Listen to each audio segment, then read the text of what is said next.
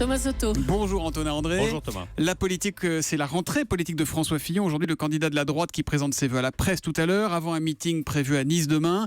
Les vœux, c'est l'occasion d'adresser un message d'espoir, d'optimisme, pas vraiment raccord avec le programme de François Fillon, Antonin. Mes chers compatriotes, vous allez en baver. Vous avez subi la crise de 2008 sous Nicolas Sarkozy. Vous avez été écrasé d'impôts sous le quinquennat de François Hollande. Eh bien, ça va continuer. Suppression de postes dans la fonction publique, réforme de la sécurité sociale, hausse de la TVA.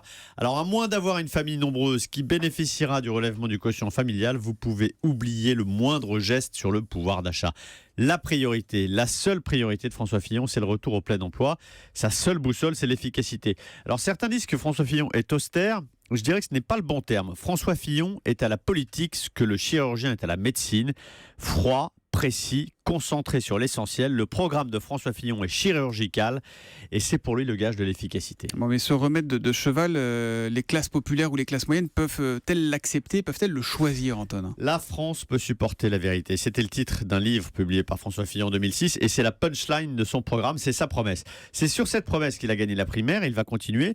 François Hollande promettait de réenchanter la gauche, Nicolas Sarkozy a gagné sur le travailler plus pour gagner plus, François Fillon invente le slogan négatif, vous allez souffrir parce qu'il n'y a pas d'autre voie pour le redressement.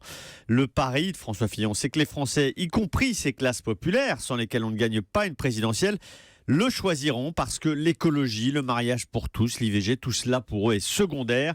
De tout cela, ils s'en moquent. Son veau d'or, c'est donc l'efficacité économique. Ce que ses adversaires appellent de la brutalité, ils l'assument comme de la chirurgie de précision. Il ne s'agit pas de faire du sentiment, de négocier, de transiger, d'anesthésier, il s'agit de guérir.